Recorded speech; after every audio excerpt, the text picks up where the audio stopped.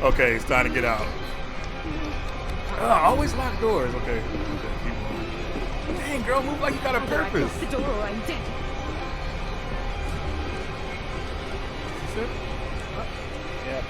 Oh!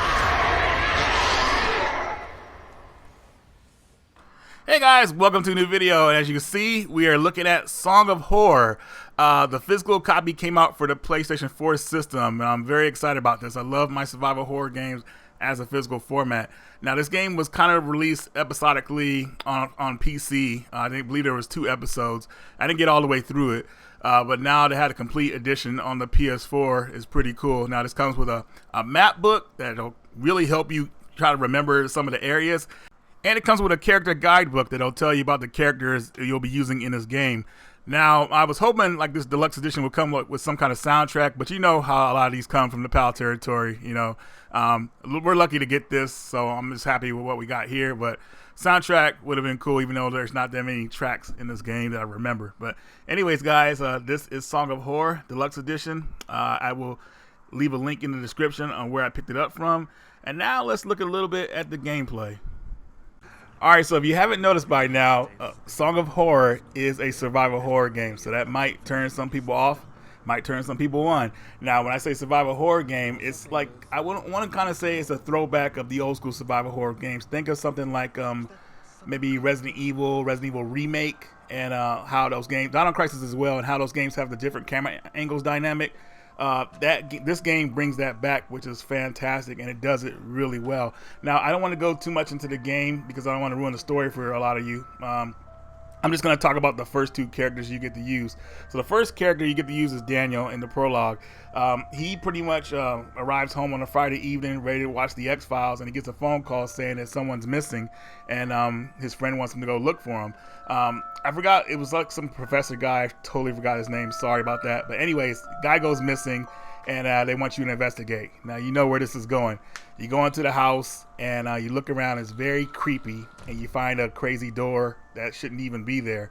You go in that door, and pretty much that's the end of the prologue. So the next character you play as is Daniel's ex-wife. Now, this is where you're going to see most of the gameplay I'm showing from. This is where the game kind of shows you what it's all about. Pretty much there is a mist, and the mist is stalking you in this house. You don't know it right away, but it's coming at you. And if it comes at you, you have a warning usually. Usually, like it tries to come through a door, and you have to hold the door shut. If you don't hold the door shut, that's it for you. Game over, and that character is dead for the rest of the game. So it changes the dynamic of the story pretty much. Now, the first thing I usually like to learn in a survival horror game is to control my character properly. In these type of games, when you're being stalked or chased, you want to know how to move your character around properly, make them run pretty much, you know. And that's the first thing I think you should learn in this game. Make sure you know how to control your character properly, because it sucks when you're being chased or stalked by something and you're just trotting along. You want to make that character run like their life depends on it pretty much. So make sure you learn the controls before you kind of get into the game. Now, this game is creepy. It actually tripped me out, and that's pretty hard to do. I've seen it all in survival horror games, and this game got me at a couple of moments. I don't want to tell you guys what they are, but something you probably know what they were in the game if you played this game, a good portion of this game. Now, the second character you get to play in this game is Sophie. Well, actually, she's the second character I chose because you could choose between like 3 or 4 other characters. I chose her because she's Daniel's wife, and that's a character we played as in the prologue, so I wanted to kind of continue his story.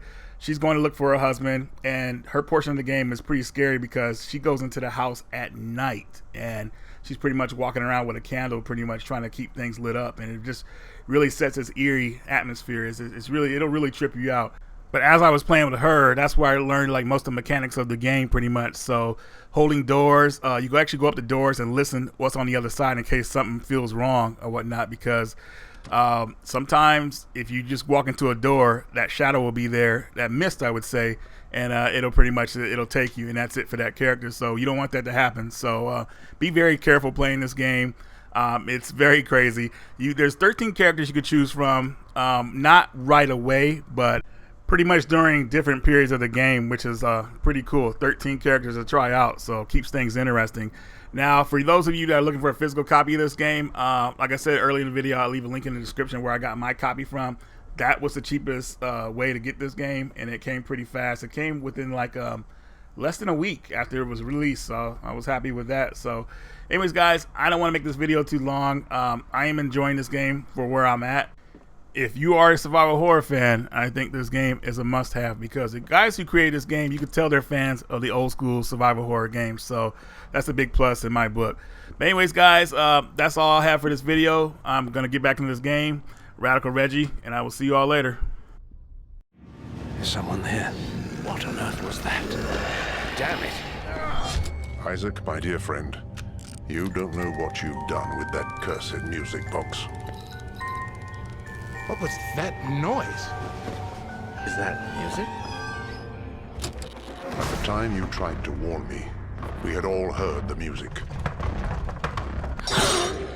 I only hope you're all safe, and that you will find a way to forgive me. Mr. Farber. Good. Time to play detective. Lately, I feel like something odd has gotten into Professor Hushel. He seemed anxious about something and... I can't stop thinking about it. That song, it follows me everywhere. How long can I keep running away?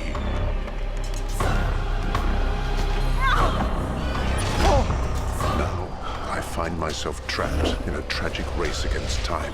What is this? I lied, Isaac. I'm sorry. I still don't know what I'm up against.